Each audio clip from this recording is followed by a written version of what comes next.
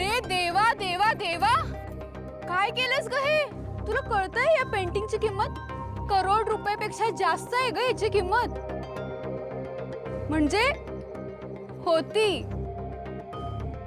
आता कोळसा झाला त्याचा, कोळसा. बापरे, पण काय आता करोड रुपये काय असतात तुला कसं कळणार ना. शेवटी नोकर हे नोकरच. एक एक एक मिनिट, एक मिनिट. आपण जरा शांत होऊयात का? आणि कुठलाही अविचार करण्याआधी हे का घडलं याचा विचार करूया ना. आणि मला नाही वाटत आहे हे सगळं काही हिने मुद्दाम केलं असेल म्हणून. दादासाहेब, तुम्ही फार भोळे आहात हो. म्हणजे सगळी माणसं तुम्हाला अशी सगळी चांगली वाटतात, पण तसं नसतं. आता बहिणी साहेबांनी तिला सक्त ताकीद दिली होती की माझ्या समोर अजिबात यायचं नाही, पण तरीही धाडस करून ती आली. यात अहिल्यादेवी किर्लोस्करांचा अपमान आहे की नाही? आहे की नाही अपमान? ऑफकोर्स. एवढं धाडस करायचं म्हणजे? नाही नाही, मी असं काय बी केलं नाही. यांच्या पत्राला आग लागली. मारुती, ही मुलगी माझ्या नजरेसमोर नकोय. हिला कायमचं गावाला पाठवून दे.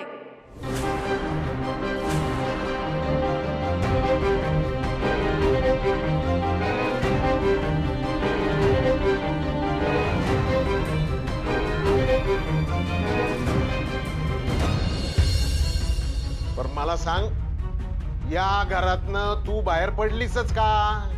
मी काय सांगून गेलो होतो की इथनं हलायचं नाही म्हणून, मग कुणाला विचारून बाहेर पडली? मला फक्त पार्टी बघायची होती र. तुला लाज वाटत, तुला त्रास होईल असं काय बी करायचं नव्हतं मला. संप खरंच बाहेर पार्टी झाल्यावर ना लगेच मी घरला परत येणार होते, पण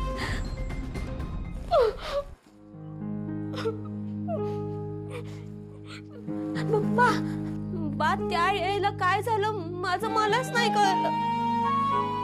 देवी आईचा पदर जळून त्यांना काहीतरी होईल विचार माझ्या डोक्यात आला.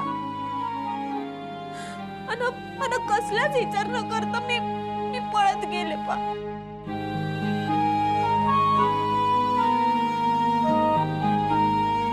मला जर का हे सिद्धच करायचं असेल ना, तर माझ्यावर विश्वास ठेवण्याशिवाय ना माझ्या डोळ्यातल्या ह्या पाण्याशिवाय दुसरं काय बी नाही बघ माझ्याकडे.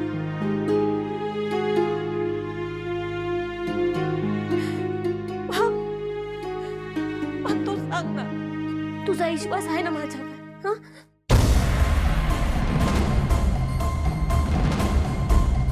ते पेंटिंग माझ्यासाठी किती महत्वाचं होतं आणि त्या मुलीने एका क्षणात. पहिलं शांत हो. पण इतकं चिडण्यासारखं काही घडलंय असं नाही वाटत. असं तुला वाटतंय श्रीकांत, पण ते पेंटिंग बनवण्यासाठी तू किती मेहनत घेतली असशील ह्याची कल्पना आहे मला. अख्ख्या पार्टीचा विचका झाला. आपले सगळे गेस्ट काहीही न खाता घरी गेलेत. असं कधी झालंय किर्लोस्करांकडे? असं नाही झालं, पण आपल्या आयुष्यात कधी कधी अनपेक्षित घटना घडू शकतात ना. कारण सगळंच काही आपल्या हातात नसतं. हा नियम अहिल्या किर्लोस्करला लागू होत नाही. इतक्या वर्षांची शिस्त, नियम असं कुणीही येतं आणि एका क्षणात जुगारून टाकतं. म्हणजे पहिला ऍक्सिडेंट हा ऍक्सिडेंट असतो. आणि मला खरंच असं वाटत नाही की त्या मुलीने मुद्दाम काही केलं असेल म्हणून. ती मुलगी म्हणतीये त्याप्रमाणे खरंच जर का तुझा पदर पेटू नये म्हणून तिने हे केलं असेल तर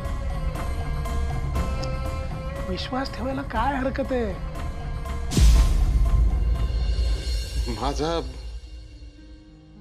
माझा विश्वास आहे तुझ्यावर. खरंच खरंच तुझ्यावर विश्वास नाही ठेवायचा तर कुणावर ठेवायचा? तुझ्याशिवाय मी कुणावर विश्वास ठेवणार? तू म्हणजे तू अगदी तुझ्या आईसारखीच आहेस.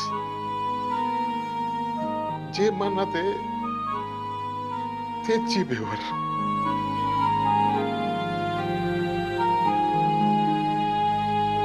आता आता इथनं निघायचं. म्हणजे मी पण येतो ना तुमच्या बरोबर. उजाडल्या आपण इथनं निघायचं. वा, अरे तुझा जीव आहे ना या घरावर. अन माझ्यामुळंच. नाही ग, माझा जीव तर आहे या घरावर, पण जास्त जीव या घरातल्या शिस्तीवर, या घरातल्या नियमांवर आहे. त्याला मला धक्का नाही लावायचा. मग तू राहा ना बा इथंच. मी चुकले ना, मग माझ्या चुकीची शिक्षा तुला कशा पाहिजे? आनंद, मी ओळखतो ना आपल्या मॅडमला.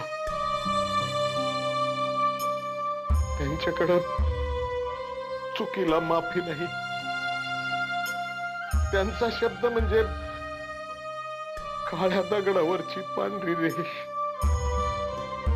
मिटता नाही मिटायची. चला तयारीला लागा, आवरावरी करा.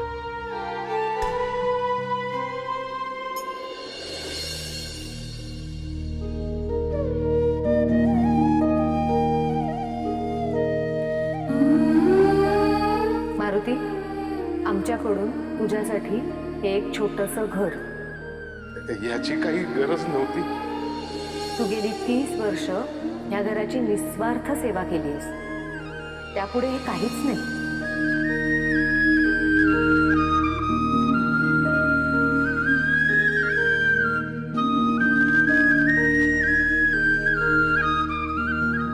चल वैजू, गावाला जाऊ.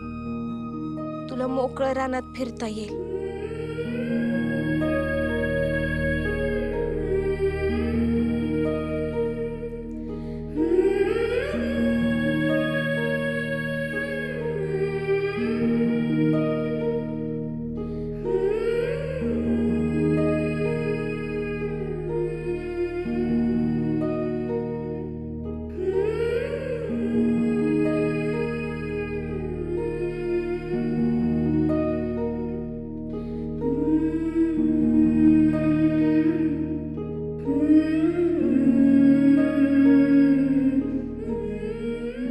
तुम्ही थांबा इथं, मी देव यायला भेटून येतो.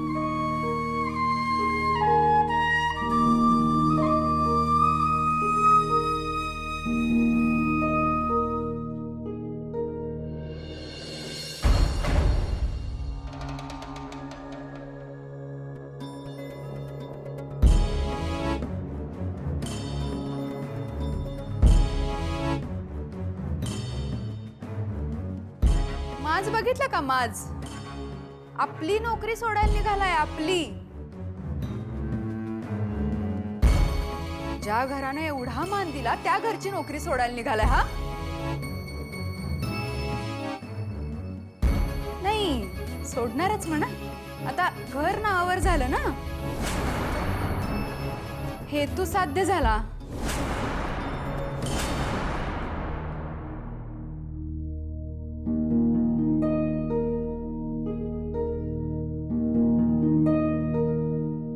मॅडम, या घरानं मला लयक दिलं. अगदी घरच्या सारखा मान दिला. तुम्ही तर भावाचा दर्जा दिला. तो आपल्या सख्या माणसांना जे मिळणार नाही ते तुम्ही सगळं मला मिळवून दिलत. माझ्या शेवटच्या श्वासापर्यंत मी तुमच्याबद्दल, या घराबद्दल कायम चांगलं चिंतत राहील.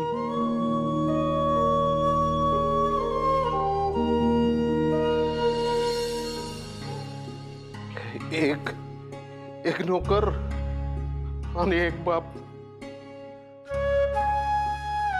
यांच्यात बाप जिंकला. खर तर मी माझ्या लेकरांशिवाय नाही राहू शकतो. नाही राहू शकत.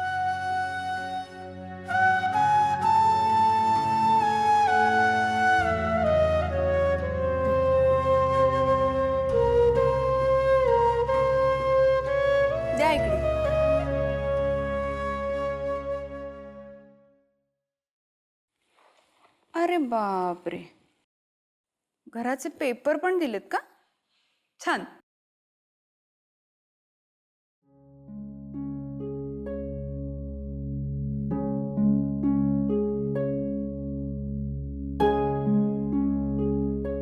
चावी.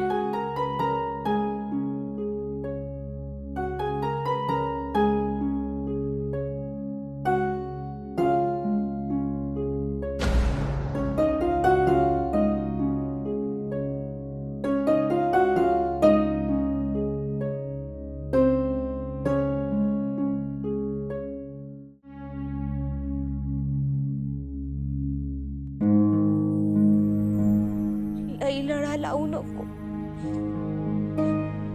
नाहीतर तुझा बी जीव तुटायचा. फुल्ल तुझा धर्म हाय, जाग त्याला. माझ्या देवी आईची सेवा कर.